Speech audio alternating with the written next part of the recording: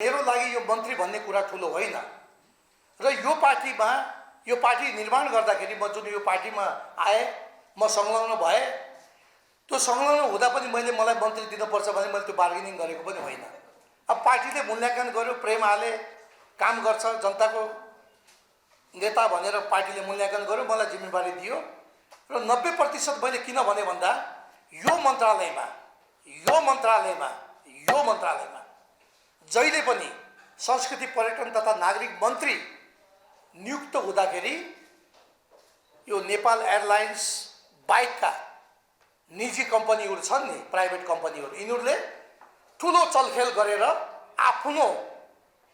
आफूले अराएर मान्न सक्ने मान्छेलाई ल्याएर मन्त्री बनाउँथे, आफूले अराएको काम गर्ने मान्छेलाई ल्याएर सचिव बनाउँथे, नेपाल नागरिक उड्डयन प्राधिकरणको डीजी बनाउँथे, नेपाल एयरलाइन्सको महाप्रबन्धक बनाउँथे। त्यो विगतको दिनमा भएको थियो। म एउटा यस्तो व्यक्ति हो जो कसैको सहारा बिना मेरो पार्टीको आदरणीय नेता माधव कुमार नेपालले नै मलाई यो जिम्मेवारी दिएको हुनाले मैले काम गर्दाखेरि कतै पनि मैले पहिला चाहिने सम्माननीय प्रधानमन्त्रीज्यूलाई मैले बुझाउँथे, मेरो पार्टीको अध्यक्षज्यूलाई मैले बुझाउँथे। त्यसपछि उहाँहरूले ढुक्कले चाहे त्यो नागरिकको कुरा होस्, चाहे धर्मशालाको कुरा होस्, चाहे क्यासिनोको कुरा होस्, चाहे अहिले काठमाडौँको एयरपोर्टमा भएका जति पनि जहाजहरू पार्किङमा छन् त्यसको क्षमता त्यति छैन। ती जहाजहरूलाई त हरेक ठाउँमा धनगढी, नेपालगञ्ज, विराटनगर लगायतका ठाउँमा नाइट स्टे गर्नुपर्ने, पार्किङ गर्नुपर्ने। ती जहाजहरू त्यहाँ पार्किङ गराउनको लागि अहिलेसम्म कुनै मन्त्रीले यो काम गर्न नसकेको काम हामीले गरेका छौँ। सचिवजीले गर्नुभएको छ, हाम्रो डिजी साहबले गर्नुभएको छ। त्यसो भएको हुनाले पनि मैले त 90% त कमै मागेको छु त, 2-4% तपाईहरु थपिदिनुस् न साथीहरु। धन्यवाद।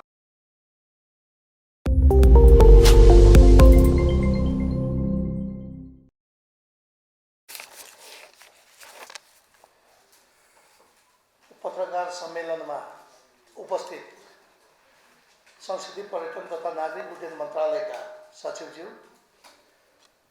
मन्त्रालयका सहसचिवज्यूहरू, विभिन्न विभागका महानिर्देशकज्यूहरू, नेपाल वायु सेवा निगमका अस्थायी महाप्रबन्धकज्यू, मन्त्रालयका मातहत निकायका प्रमुखज्यूहरू, कर्मचारी साथीहरू, उपस्थित महानुभाव लगायत महिला तथा सज्जनवृन्द र सञ्चारकर्मी साथीहरू, सबैलाई म हार्दिक स्वागत तथा अभिवादन व्यक्त गर्न चाहन्छु। पछिल्लो समय संस्कृति पर्यटन तथा नागरिक उड्डयन मन्त्रालयमा मन्त्रीको हैसियतले मैले झन्डै 9 महिना अथवा 263 दिन समय बितेको पत्तो नै पाएन। म प्रक्रियामा भन्दा एक्सनमा विश्वास गर्दै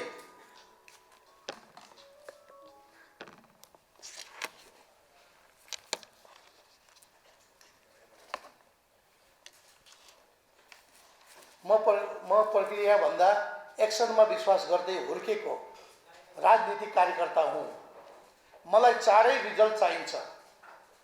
जनतालाई छिटो छरितो सेवा कसरी प्रभाव गर्ने विषयलाई मैले जहिले उच्च प्राथमिकतामा राखेको थिएँ। मलाई यदि कसैले तपाईका कामबाट कति सन्तुष्ट हुनुहुन्छ भनेर पत्रकार साथीहरूले सोध्नुभयो भने मेरो उत्तर हुनेछ 90%। मैले यो अवधिमा 90% अङ्क ल्याएको ठानेको छु। बाँकी जनताले मूल्याङ्कन गर्दै नै छन्। त्यसैले होला तेस्रो पटक मन्त्रीका हैसियतमा पर्यटन मन्त्रालय सम्हाल्दा मैले स्वदेश विदेशबाट आम नेपालीले एक्सन मन्त्री उपमा दिएको सुनिरहे। यसले मलाई सधैँ ऊर्जा प्रदान गरिरह्यो। मैले आएको दिन असोज 22 गते यसै हलमा आयोजित स्वागत समारोहमा साँझमा भनेको थिएँ, मेरो अघि पछि लागेर मलाई खुसी पार्न नखोज्नुहोला। नभन्दै त्यस्तै अनुभव भयो। जो कागजमा मात्र काम गरेको देखाउन खोज्थे उनीहरू प्रेम हालेको निगरानीमा परे।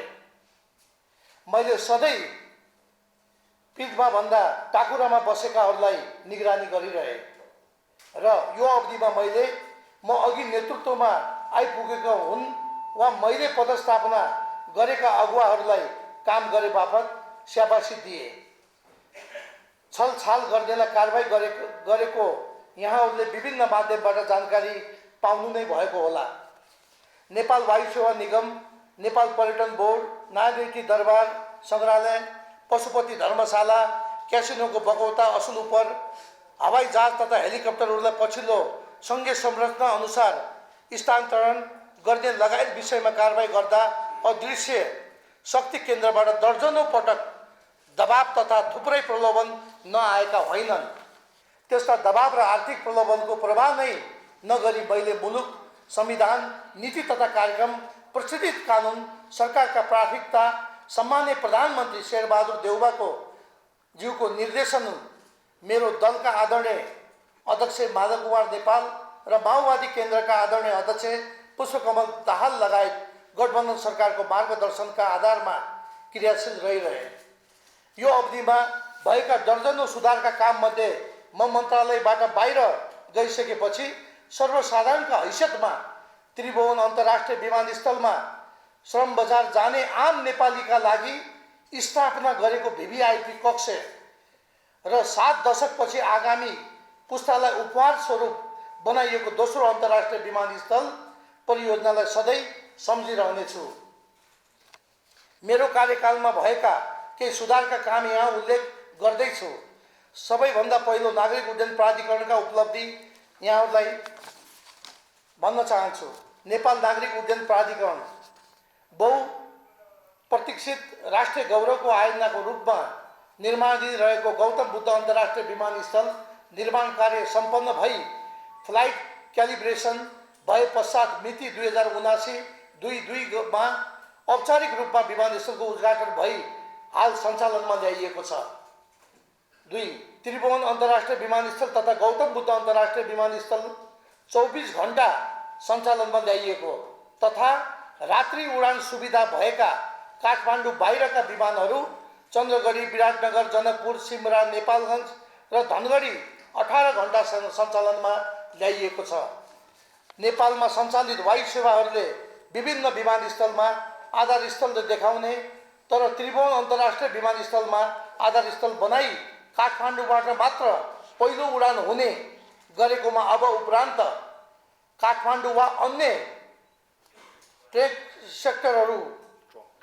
ट्रङ्क सेक्टरका विमानस्थलमा पहिलो उडान हुने व्यवस्था गरिएको छ। 4. त्रिभुवन अन्तर्राष्ट्रिय विमानस्थलको आन्तरिक टर्मिनलबाट गोल्डन गेटसम्म आन्तरिक हवाई यात्रुका लागि दुईतर्फी निःशुल्क यात्रु शटल बस सेवा सञ्चालनमा ल्याइएको छ।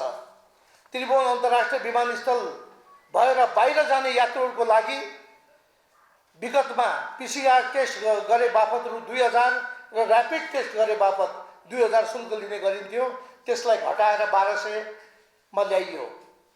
6. अन्तर्राष्ट्रिय नागरिक उड्डयन सङ्गठन आइकाओबाट नेपालको उडान सुरक्षा सम्बन्धमा गरिने सम्परीक्षण कार्य universal safety oversight audit programme सम्पन्न भएको छ। इलाम जिल्ला स्थित सुकीलुम्बा विमानस्थलको निर्माण कार्य सम्पन्न भई नियमित उडान सञ्चालन गरिएको छ। अर्घाखाँची, बलेवा, मसिनोचो र कालीकोट विमानस्थलमा पक्की धावन मार्ग निर्माण सम्पन्न भएको छ। राष्ट्रिय गौरवको आयोजनाको रूपमा पोखरा अन्तर्राष्ट्रिय विमानस्थल निर्माण कार्य प्रगति 97% सम्पन्न भइसकेको र अब निकट भविष्यमा सञ्चालन हुने अवस्था रहेको छ। काठमाडौँ र भैरवा विमानस्थल रहेको जहाजलाई अवरोध पुर्याउने संरचनाहरू हटाउन प्राधिकरणको बोर्ड बैठकबाट निर्णय भएको छ। नेपाल वायु सेवा निगम गन्तव्य विस्तार निगमले वैशाख 9 गते 22 अप्रिलदेखि रियादमा हप्ताको 2 दिन नियमित उडान प्रारम्भ गरेको छ। 4 लाख भन्दा बढी सङ्ख्यामा नेपाली श्रमिकहरू रहेको आकर्षण गन्तव्य पनि हो। बाह्य गन्तव्यमा नियमित उडान सुचारू, कोभिड-19 तथा विविध कारणले बन्द वा स्थगित भएका निगमका अन्तर्राष्ट्रिय गन्तव्य नियमित उडानहरू निम्न बमोजिम पुनः सुचारू भएका छन्। आन्तरिक गन्तव्यमा सुदूरपश्चिमको नियमित उडान, बझाङ, डोटी, अछाम, बाजुरा नियमित उडान सञ्चालन तथा इलाम, सुकीलुम्बा विमानस्थलमा नियमित उडान तयारी गरिएको छ। गौतम बुद्ध अन्तर्राष्ट्रिय विमानस्थल वाइड बडी सफल अवतरण।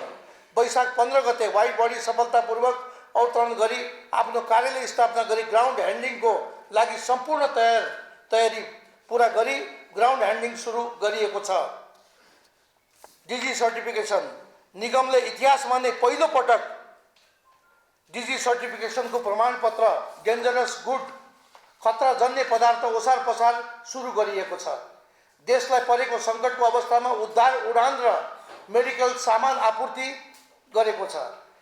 मध्य पूर्व तथा खाडी मुलुक जाने नेपाली श्रमिकलाई आरए काउन्टरबाट टिकट लिन पहिलो 40 जना यात्रुलाई हवाई भाडामा छुट दिइएको छ। लुम्बिनी विकास कोष। 45 वर्षसम्म कार्य सम्पन्न हुन नसकेको लुम्बिनी विकास कोषको गुरु योजना 3 वर्षभित्र सम्पन्न गर्न आवश्यक बजेटको व्यवस्था गरी कार्ययोजना सुरु गरी निर्माण कार्य चालु अवस्थामा भइरहेको छ। 2566 बुद्ध जयन्ती अवसरमा भारतका सम्माननीय प्रधानमन्त्री नरेन्द्र मोदीलाई निमन्त्रणा गरी आजसम्म गौतम बुद्ध जन्मस्थलको बारेमा भएको अन्योलतालाई भारतका सम्माननीय प्रधानमन्त्रीज्यूबाट बुद्धको जन्म नेपालमा नै भएको हो भनेर बोल्नु भएको र म मन्त्रीको हैसियतले मैले नै त्यो कार्यक्रमको अध्यक्षता गरेको थिएँ। नेपालको पहिलो 5000 क्षमताको ध्यान केन्द्र तथा सभा हलको निर्माण सम्पन्न गरी मेरो कार्यकालमा अति तीव्रता दिई 2596 अवसरमा सम्माननीय प्रधानमन्त्री शेरबहादुर देउबा ज्यूबाट उद्घाटन गराइएको छ। लुम्बिनीलाई प्राकृतिक वनको रूपमा संरक्षित गर्नको लागि बुद्धकालीन प्रजातिका 40,000 वृक्षारोपण कार्य सम्पन्न गरेको छ। पशुपति विकास कोष। विश्व रूपा शिलान्यास गराई समयमै निर्माण कार्य सम्पन्न गर्न निर्देशन गरेको छु। पशुपतिनाथ वरिपरि खाली भित्ताहरूमा सौन्दर्यकरणका लागि चित्रलेखन कार्य तथा रङरोगन सरसफाई गरिएको छ। अन्य वर्षको तुलनामा यस वर्षको महाशिवरात्रि भव्य र सभ्य रूपमा सम्पन्न भएको छ। खेम्स क्लिन्सद्वारा पशुपति क्षेत्र सरसफाई गर्ने सरसफाई कर्मीहरूलाई औपचारिक रूपमा पहिलो पटक 10 दिने अन्तर्राष्ट्रिय स्तरको तालिम सम्पन्न गराई पशुपति क्षेत्रलाई सधैँ सफा र चम्किलो बनाउन प्रारम्भिक सुरुवात गरिएको छ र त्यसको 62 जनालाई चाहिने सरसफाइको सर्टिफिकेट पनि आजै मैले प्रदान गरेको छु। पुरातत्व विभाग। भूकम्पपछिको पुनर्निर्माण कार्यक्रम। भूकम्पबाट क्षति भएका 920वटा सम्पदा मध्ये 2078 श्रावणदेखि हालसम्म 656वटा सम्पदाहरूको संरक्षण तथा पुनर्निर्माण कार्य सम्पन्न भएको छ।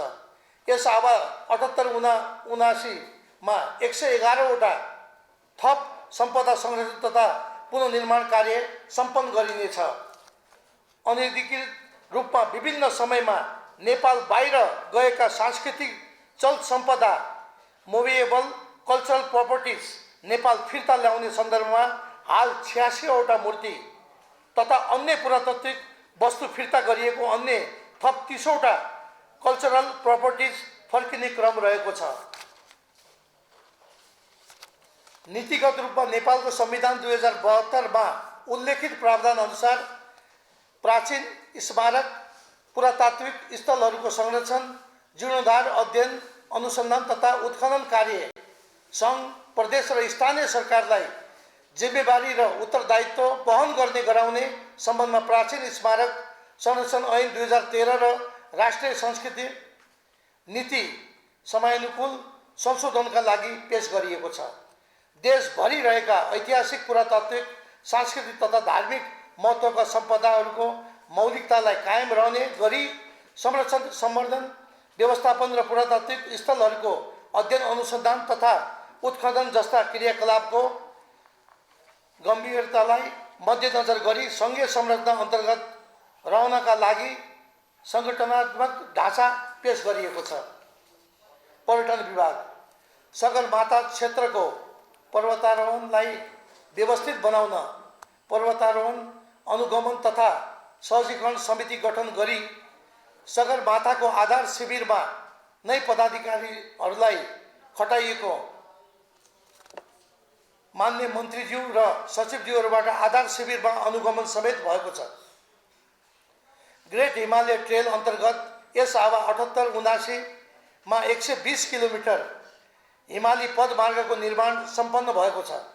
यसबाट आरोहण खुला गरिएको हिमालहरूको आधार शिविर अभिवृद्धि भएको छ। एक प्रदेश एक पर्यटकीय गन्तव्य कार्यक्रम अन्तर्गत 7वटै पर्यटकीय गन्तव्यहरूको विस्तृत परियोजना प्रतिवेदन तयार भएको तथा आयोजना निर्माणको कार्यलाई निरन्तरता दिइएको छ।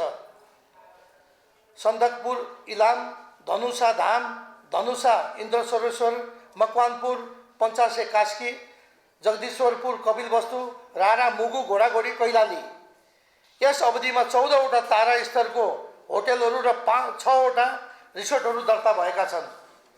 क्यासिनोतर्फ रु 93 करोड 10 लाख बकौता असुल भएको छ। होटल, रिसोर्ट, क्यासिनो तथा साहसिक पर्यटन सम्बन्धी विवरण पुस्तिका 2078 प्रकाशन भएको छ। पर्यटन विभागबाट सन् 2022 को वसन्त ऋतुमा विभिन्न 27वटा हिमालहरूका लागि 131वटा पर्वतारोहण अनुमति पत्र जारी गरिएको छ।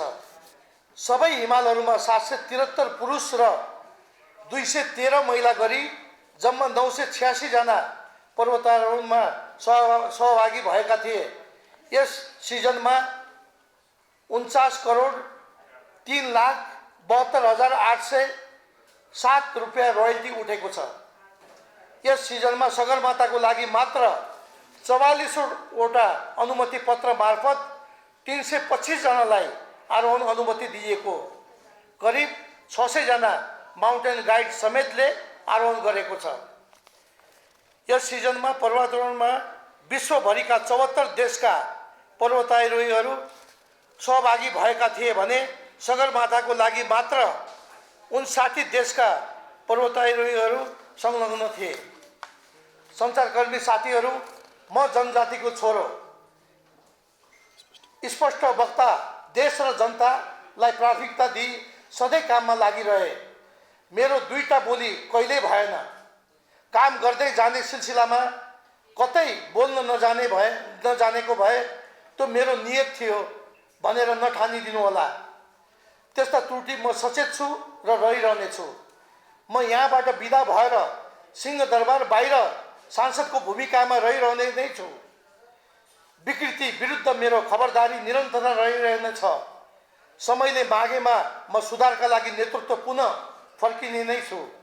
म पछि आउने नेतृत्वले मैले थालेको सुधारका कामहरूलाई निरन्तरता दिनु हुनेछ भन्दै पुनः सम्माननीय प्रधानमन्त्री शेरबहादुर देउबा, नेपाल कम्युनिस्ट पार्टी एकीकृत समाजवादीका आदरणीय अध्यक्ष माधव कुमार नेपाल, माओवादी केन्द्रका आदरणीय अध्यक्ष पुष्पकमल दाहाल, गठबन्धनमा रहेका अन्य दलका नेताहरू यही सभा हलबाट धन्यवाद पनि ज्ञापन गर्न चाहन्छु। यसै गरी सधैँ मेरो हप्की दप्कीलाई आरसी वचन ठानेर मलाई नीतिगत त्रुटिहरूबाट झकझकाइरहने यस मन्त्रालयको कर्मचारीको नेतृत्व हाँक्ने सचिव महेश्वर नेउपानेज्यू, सहसचिव, उपसचिव, अधिकृत लगायत मेरो सचिवालयमा दिन रात नभनी खट्ने सबै कर्मचारीलाई म धन्यवाद पनि दिन चाहन्छु। त्यस्तै यस मन्त्रालयको मातहतमा सबै महानिर्देशक, प्रबन्ध निर्देशक, सदस्य सचिव, बोर्ड सदस्य, कार्यालय सहयोगी, चालक सहयोगी लगायत सबै निकाय कर्मचारीहरूलाई, साथीहरूलाई तथा देश विदेशमा रहनुभएका सबै कर्मचारीहरूप्रति पुनः कृतज्ञता गर्दछु। अन्तमा उपस्थित सबैलाई हार्दिक धन्यवाद ज्ञापन गर्दै यस पत्रकार सम्मेलनमा उपस्थित सबै सञ्चारकर्मी साथीहरूलाई हार्दिक आभार तथा धन्यवाद व्यक्त गर्दै मेरो भनाइ यही अन्त गर्छु। धन्यवाद, नमस्कार।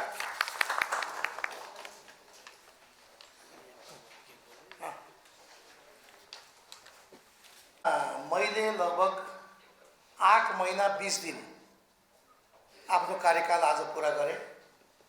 हिजो मात्रै दुईटा ठाउँमा चाहिँ मैले शिलान्यास कार्यक्रम थियो मेरो, त्यहाँ मैले सम्पन्न गरेर फर्केँ।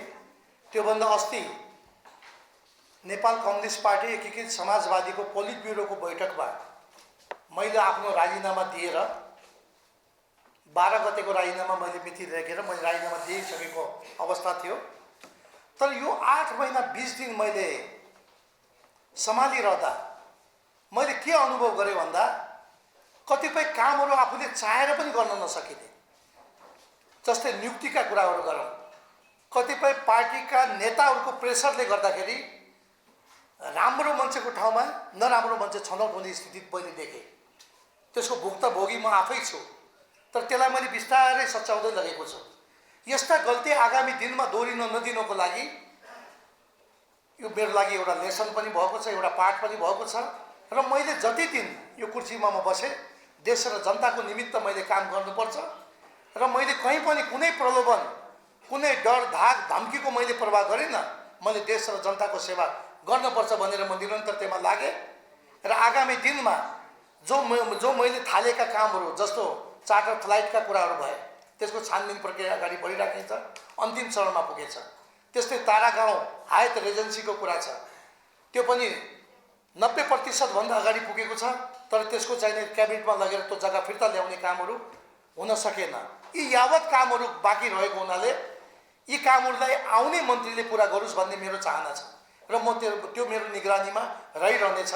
र त्यही हुनाले पनि उहाँले प्रश्न गरेको कुरालाई कतिपय कामहरू मैले कम्प्लिट गरेँ, कतिपय कामहरू हुन बाँकी भएको हुनाले यो 90% हाम्रो मन्त्रालयले तुलना गरेको, यो तपाईँहरूले त्यसलाई घटाउनु पनि सक्नुहुन्छ, त्यसमा थप्न पनि सक्नुहुन्छ। धन्यवाद।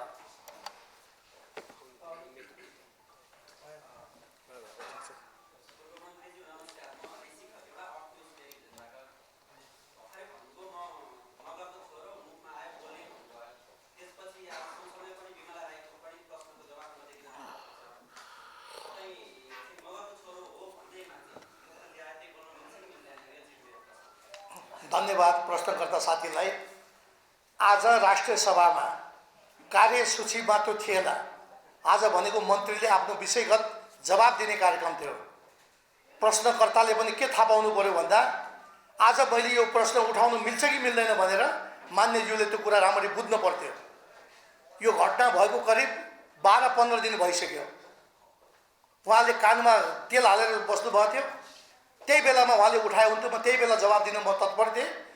र कतिपय कुरा मेरो सचिवालयबाट सबै कुरा प्रश्न भएको कुरा यहाँलाई म अनुरोध गर्न चाहन्छु। धन्यवाद।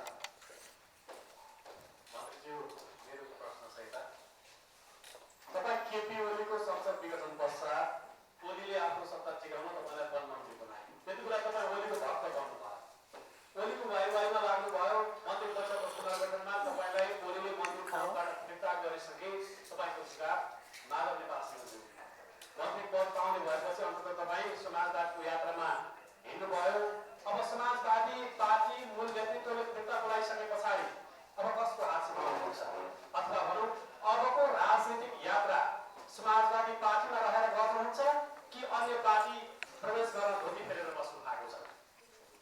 अर्को प्रश्न पनि छ, एउटा गरौँ न। धन्यवाद है तपाईँलाई। तपाईँले पहिलो कुरा भन्नुभयो ओलीको पार्टीमा गएर तपाईँ मन्त्री पनि हुनुभयो भन्नुभयो। अब अहिले म फरक पार्टीमा भए तापनि नेकपा एमालेका अध्यक्ष केपी शर्मा ओली, म त्यही पार्टीबाट मैले राजनीति सुरुवात गरेको हुनाले र केपी ओलीले मलाई त्यत्तिकै बनाएको होइन मन्त्री। म इलेक्टेड हो, जनताबाट अनुमोदित भएको व्यक्ति हो। एकपटक होइन, दुई पटक जनताबाट मैले आशीर्वाद पाएर 2070 सालमा संविधान सभाको सदस्य भए। 2074 सालमा फेरि म निर्वाचित भएर दुई पटक निर्वाचित भएको, इलेक्टेड, जनताबाट अनुमोदित भएको व्यक्ति भएको हुनाले अब तपाईँ मन्त्रीकै कुरा गर्ने भने उहाँले त सांसद नभएका मान्छेलाई पनि त मन्त्री बनाएकै त थियो नि। र पछिल्लो चरणमा चाहिने कतिपय कुराहरू हस्तक्षेपकारी भूमिका त्यहाँ भयो। मलाई काम गर्दाखेरि स्वतन्त्र रूपले काम गर्न दिइएन। विगतमा तत्कालीन अर्थमन्त्री विष्णु पौडेलले बजेट ल्याउँदाखेरि चुरेमा भएका ढुङ्गा गिट्टी बालुवा सबै उत्खनन गरेर भारतलाई बिक्री गर्ने भनेर त्यो बजेट आयो। त्यसमा मेरो घोर आपत्ति भयो र त्यसपछि गएर व्यापक, त्यो बेला प्रतिपक्षको रूपमा हुनुहुन्थ्यो सम्माननीय प्रधानमन्त्री शेरबहादुर देउवा, पुष्पकमल दाहाल प्रचण्ड, माधव कुमार नेपाल लगायत उहाँहरू प्रतिपक्षमा हुनुहुन्थ्यो। उहाँहरूले विज्ञप्ति निकाल्नुभयो यो चुरे दोहन गर्न पाइँदैन भनेर। त्यसपछि मलाई पनि भनिएको थियो तपाईँ वन मन्त्रालयले यसको डिफेन्ड गर्नुहोस् बजेटको भन्दा मैले म गर्दैन, यो कदापि स्वीकार्य हुँदैन। वन मन्त्रालयले नसोधेर ढुङ्गा गिट्टी बालुवा चुरे दोहन गर्ने कार्यक्रम यो आएको हुनाले यसमा मेरो असहमति छ भनेर म त्यहाँबाट बाई बाई गरेर निस्केको। धन्यवाद। अब अर्को प्रश्न हो भाइलाई एकछिन मेरो होला पालो गर्ने पालो नमस्ते। मन्त्रीले आफ्नो कार्य मूल्याङ्कन 90% गर्नुभयो। तपाईँको पार्टीले तपाईँको कार्य मूल्याङ्कन कसरी दिएको छ? तपाईँले 90% मैले काम गर्नेछु भनेर भन्दै गर्दाखेरि तपाईँलाई मन्त्रीबाट किन चेन्ज गरिँदैछ? अनि तपाईँको जुन नेकपा समाजवादी गठन भएको थियो त्यो गठन हुँदाखेरि चाहिँ सबैलाई मन्त्रीको निकालो दिन्छु भन्ने हिसाबले तपाईँहरूले साथ दिनुभएको हो। अब यो मन्त्री नभएको मान्छेलाई मन्त्री हुन पाए हुन्थ्यो भन्ने लाग्छ। म त पुरै ह्याङओभर भइसकेको छु। पहिला पनि केपी ओलीको पालामा 2 पटक वन तथा वातावरण मन्त्री भए र तेस्रो पटक यो जिम्मेवारी मैले नेपाल कम्युनिस्ट पार्टी एकीकृत समाजवादीबाट मैले यो संस्कृति पर्यटन तथा नागरिक उड्डयन मन्त्रालयको जिम्मेवारी मैले पाएँ। त्यसो भएको हुनाले मेरो लागि यो मन्त्री भन्ने कुरा ठुलो होइन र यो पार्टी निर्माण गर्दाखेरि म जुन यो पार्टीमा आएँ म संलग्न भएँ। त्यो संलग्न हुँदा पनि मलाई मन्त्री दिनुपर्छ भने मैले त्यो बार्गेनिङ गरेको पनि होइन। अब पार्टीले मूल्याङ्कन गर्यो, प्रेम हाले, काम गर्छ, जनताको नेता भनेर पार्टीले मूल्याङ्कन गर्यो, मलाई जिम्मेवारी दियो र 90% मैले किन भने भन्दा यो मन्त्रालयमा जहिले पनि संस्कृति पर्यटन तथा नागरिक मन्त्री नियुक्त हुँदाखेरि यो नेपाल एयरलाइन्स बाहेकका निजी कम्पनीहरू छन् नि, प्राइभेट कम्पनीहरू, यिनीहरूले ठुलो चलखेल गरेर आफूले अराएर मान्न सक्ने मान्छेलाई ल्याएर मन्त्री बनाउँथे। आफूले अराएको काम गर्ने मान्छेलाई ल्याएर सचिव बनाउँथे। नेपाल नागरिक उड्डयन प्राधिकरणको डिजी बनाउँथे। नेपाल एयरलाइन्सको महाप्रबन्धक बनाउँथे। त्यो विगतको दिनमा भएको थियो। म एउटा यस्तो व्यक्ति हो जो कसैको सहारा बिना मेरो पार्टीको आदरणीय नेता माधव कुमार नेपालले नै मलाई यो जिम्मेवारी दिएको हुनाले मैले काम गर्दाखेरि कतै पनि मैले पहिला चाहिने सम्माननीय प्रधानमन्त्रीज्यूलाई मैले बुझाउँथेँ, मेरो पार्टीको अध्यक्षज्यूलाई मैले बुझाउँथेँ। त्यसपछि उहाँहरूले ढुक्कले चाहे त्यो नागरिकको कुरा होस्, चाहे धर्मशालाको कुरा होस्, चाहे क्यासिनोको कुरा होस्, चाहे अहिले काठमाडौँको एयरपोर्टमा भएका जति पनि जहाजहरू पार्किङमा छन् त्यसको क्षमता त्यति छैन। ती जहाजहरूलाई त हरेक ठाउँमा धनगढी, नेपालगञ्ज, विराटनगर लगायतका ठाउँमा नाइट स्टे गर्नुपर्ने, पार्किङ गर्नुपर्ने। ती जहाजहरू त्यहाँ पार्किङ गराउनको लागि अहिलेसम्म कुनै मन्त्रीले यो काम गर्न नसकेको काम हामीले गरेका छौँ। सचिवजीले गर्नुभएको छ, हाम्रो डिजी साहबले गर्नुभएको छ। त्यसो भएको हुनाले पनि मैले त 90% त कमै मागेको छु त। 2-4% तपाईँहरू थपिदिनुहोस् न साथीहरू। धन्यवाद।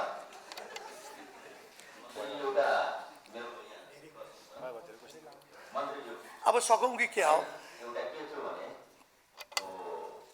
देशभरिमा यो मठ मन्दिरका जग्गाहरू अतिक्रमण हुने व्यापक रूपमा र जानकी मन्दिरको एउटा जुन कुरो उठाउनु भएको मन्त्रीले कि विश्व सम्पदा सूचीमा म लगेरै छाड्छु र मन्त्रीजीलाई मैले सम्पूर्ण डकुमेन्ट दिएर त्यो बेलामा अनुरोध गरेको थिएँ कि जबसम्म जानकी मन्दिर जनकपुरको चारैतर्फ अतिक्रमण छुँदैन, भूमाफियाहरूको जङ्गलबाट छुट्दैन, जानकी मन्दिर मात्र होइन कि भैली बाहिरका जस्तै नेपालगञ्जका बागेश्वरी बार होइन, दाङका बार धेरै ठाउँका मैले उदाहरण दिएको मन्त्रीलाई यसमा चाहिँ जुट मन्त्री परिषदमा बनेर थन्केर गएको छ। यसलाई कसरी कानुन गर्ने मन्त्रीजी पर्सिनु भएको कि त्यो अतिक्रमण हटाउन म पहिला मैले तपाईँले सोध्नुभयो। अब तपाईँले पटक पटक मन्त्रालयमा आएर त्यो भन्दाखेरि त्यहाँ जाने भूमि सुधार मन्त्रीलाई पनि सँगै लगेर जाने भनेर हाम्रो सल्लाह भएको थियो। तर विभिन्न कारणले कहिले मेरो समय नमिल्ने, कहिले उहाँको समय नमिल्ने र हाम्रो कार्यकालभित्र यो कम्तीमा सुरुवात गर्नुपर्छ भन्ने मैले ठानेको थिएँ। यो विषयमा मैले मन्त्रालयका सचिवजीसँग पनि यो बारेमा छलफल भएको त धेरै हजारौँ बिघा चाहिँ राम जानकी मन्दिरको जग्गा अतिक्रमण भएको छ, यसलाई फिर्ता ल्याउनुपर्छ भनेर हाम्रो सल्लाह पनि भएको थियो। त्यति मात्रै नभएर निजगढमा अन्तर्राष्ट्रिय विमानस्थल बनाउने भनेर त्यो बारेमा पनि हामी त्यहाँ गएका थियौँ। गठबन्धन दलका चाहिने नेता आदरणीय माधव कुमार नेपाल, रामचन्द्र पौडेल लगायतका नेताहरू जानुभएको थियो। त्यो बेला त्यहाँ जाने कि भन्ने भएको थियो, पछि विभिन्न कारणले गर्दाखेरि त्यहाँ जान सकिएन।